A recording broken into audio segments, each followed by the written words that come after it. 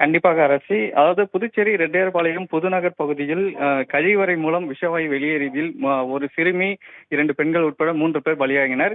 இந்த சம்பவம் புதுச்சேரி முழுவதும் பரபரப்பை ஏற்படுத்திய நிலையில் பல்வேறு அரசியல் கட்சியினர் இந்த சம்பவத்தை கையில் எடுத்து இதுக்கு நீதி விசாரணை அமைக்க வேண்டும், அந்த உயிரிழந்த குடும்பத்திற்கு நிவாரணத் தொகையை உயர்த்தி வழங்க வேண்டும், இந்த சம்பவத்தில் தொடர்புடைய அதிகாரிகளை உரிய நடவடிக்கை எடுக்க வேண்டும் என பல்வேறு போராட்டங்களில் ஈடுபட்டு வருகின்றனர்.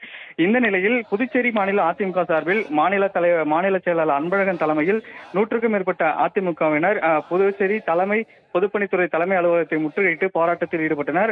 அப்போது அவர்கள் இந்த சம்பவத்திற்கு காரணமான அதிகாரிகள் மீது உடனடியாக நடவடிக்கை எடுக்க வேண்டும், இந்த 3 பேரின் உயிரிழப்புக்கு அரசு பொறுப்பேற்க வேண்டும், முதலமைச்சர் ரங்கசாமி தனது பதவியிலிருந்து விலக வேண்டும் உள்ளிட்ட கோரிக்கைகளை வலியுறுத்தி இந்த முற்றுகை போராட்டத்தில் ஈடுபட்டனர்.